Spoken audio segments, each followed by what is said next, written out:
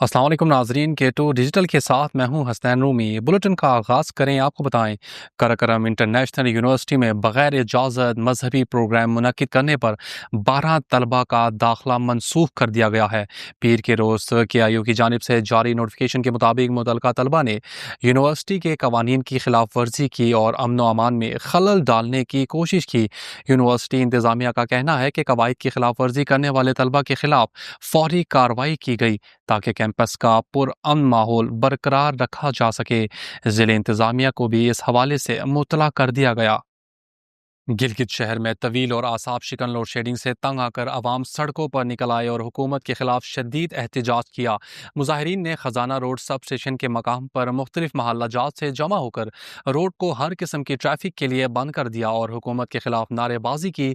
मुजाहिरीन ने कहा कि बासर अफराद और सरकारी अफसरान को स्पेशल लाइन्स फराहम की गई हैं, जबकि गरीब अवाम शदीद गर्मी में बिजली से महरूम है।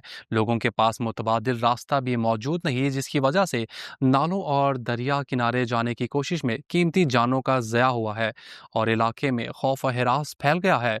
शहरी घरों में महसूर होकर रह गए हैं। एहतजाजी मुजाहिरीन ने खबरदार किया कि जून में लोड शेडिंग की शिद्दत ने तमाम रिकॉर्ड तोड़ दिए हैं और घरों में रहना महाल हो चुका है, जिसके बायस लोग सड़कों पर आने पर मजबूर हुए हैं। उनका कहना था कि अगर हुकूमत ने बिजली की फराहमी में बराबरी न की तो शहर भर में जगह जगह एहतजाज किया जाएगा।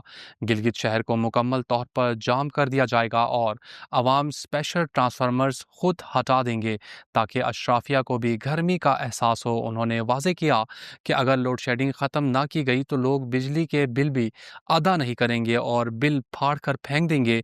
मुजाहिरीन ने हुकूमत पर इल्ज़ाम आयद किया कि गिलगित का निज़ाम दरहम बरहम हो चुका है, जबकि हुकूमत अपनी अय्याशियों के लिए असम्बली में तरामीम ला रही है। उनका कहना था कि अगर हुकूमत ने अवामी जज्बात को नज़रअंदाज किया तो उसके नताइज हुकूमत के लिए संगीन होंगे और पूरा गिलगित शहर बंद कर दिया जाएगा।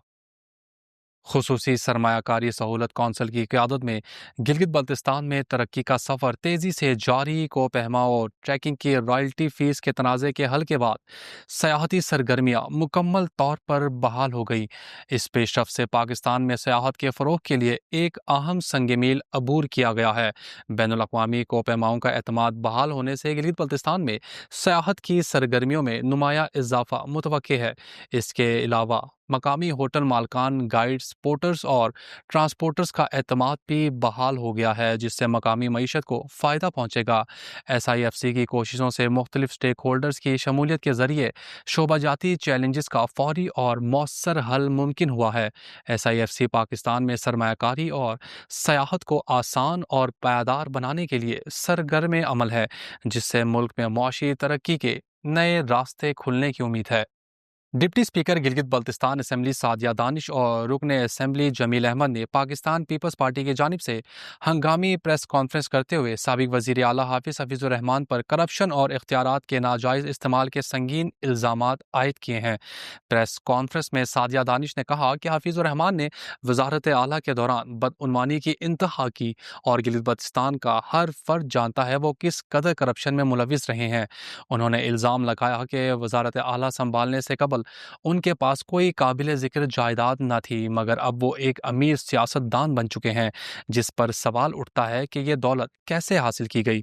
सादिया दानिश का कहना था कि मुस्लिम लीग नून के हकीकी कारकुन भी अब हफीज़ुर रहमान को कबूल नहीं करते और वो पार्टी और अवाम दोनों की नज़र में गैर मकबूल हो चुके हैं। उन्होंने मजीद कहा कि हफीज़ुर रहमान कमीशन न मिलने पर तरक्याती मनसूबों में रुकावटें डालते रहे हैं और उन्हीं की वजह से मुतादिद मनसूबे मुतासिर हुए। रुकन असम्बली जमील अहमद ने इंकशाफ किया कि साबिक वज़ीर आला ने वफाकी हुकूमत को खतूत लिखकर गिलगित बल्तिस्तान के दो अहम मनसूबे PSDP से निकलवा दिए और वो इन मनसूबों की बंदिश के असल जिम्मेदार हैं। उन्होंने दावा किया कि हफीज़ुर रहमान ने मुख्तलिफ कंपनियों के साथ खुफिया शराकत दारी कायम की है, जिनमें सुल्तान महमूद एंड सन्स भी शामिल हैं, जिसके वो पसे पर्दा पार्टनर भी हैं। पीपल्स पार्टी रहनुमाओं ने मुतालबा किया कि अगर मुल्क में इंसाफ का निज़ाम यकसा है तो हफीज़ुर रहमान के खिलाफ भी डिग्री, करप्शन और तरक्याती منصوبوں کی بندش کے معاملات پر شفاف تحقیقات کی جائیں۔ انہوں نے کہا کہ اگر حفیظ الرحمان کے خلاف انکوائری کی جائے تو یہ ثابت ہو جائے گا کہ گلگت بلتستان کی تاریخ میں ان کے دور حکومت میں سب سے زیادہ کرپشن ہوئی۔ پریس کانفرنس کے آخر میں پیپلز پارٹی رہنماؤں نے طنزیہ انداز میں کہا کہ انجینئر انور نے حفیظ الرحمان کا نام ریجنل گرڈ اس لیے رکھا تھا کیونکہ وہ ہر منصوبے سے کمیشن لیتے تھے۔ رہنماؤں نے کہا کہ اگر سابق وزیر اعلیٰ خالد خورشید کی ڈگری کی تحقیقات ہو سکتی ہے تو حفیظ الرحمان کی ڈگری کی جانچ کیوں نہیں کی جاتی۔ انہوں نے دعویٰ کیا کہ حفیظ الرحمان جعلی ڈگری کے حامل ہیں اور انہیں قانون کے کٹہرے میں لایا جانا چاہیے۔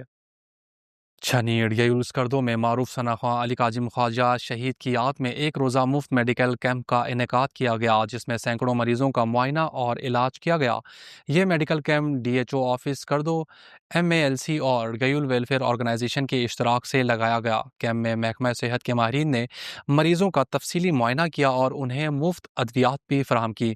کیمپ کا افتتاح ڈاکٹرز اور علی کاظم خواجہ کے والد خواجہ نذیر نے مشترکہ طور پر کیا۔ اس موقع پر گیول ویلفیئر آرگنائزیشن کی جانب سے محکمہ صحت کے حکام کا شکریہ ادا کیا گیا اور کہا گیا کہ نفسا نفسی کے اس دور میں دکھی انسانیت کی خدمت کے لیے مفت میڈیکل کیمپ کا انعقاد نہایت ہی قابل تحسین اقدام ہے۔ DHO اسکردو ڈاکٹر کرامت رضا نے اس موقع پر کہا کہ میڈیکل کیمپ کے انعقاد کا مقصد علاقے کے لوگوں کو علاج و معالجے کی سہولیات ان کی دہلیز پر فراہم کرنا ہے۔ انہوں نے کہا کہ علی کاظم خواجہ قومی ہیرو تھے اور ان کے نام پر میڈیکل کیمپ لگا کر دلی سکون حاصل ہوا ہے۔ K2 ڈیجیٹل کے ساتھ فی الوقت اتنا ہی۔ مزید خبروں کے لیے وزٹ کیجیے ہماری ویب سائٹ www.dailyk2.com۔ اللہ حافظ۔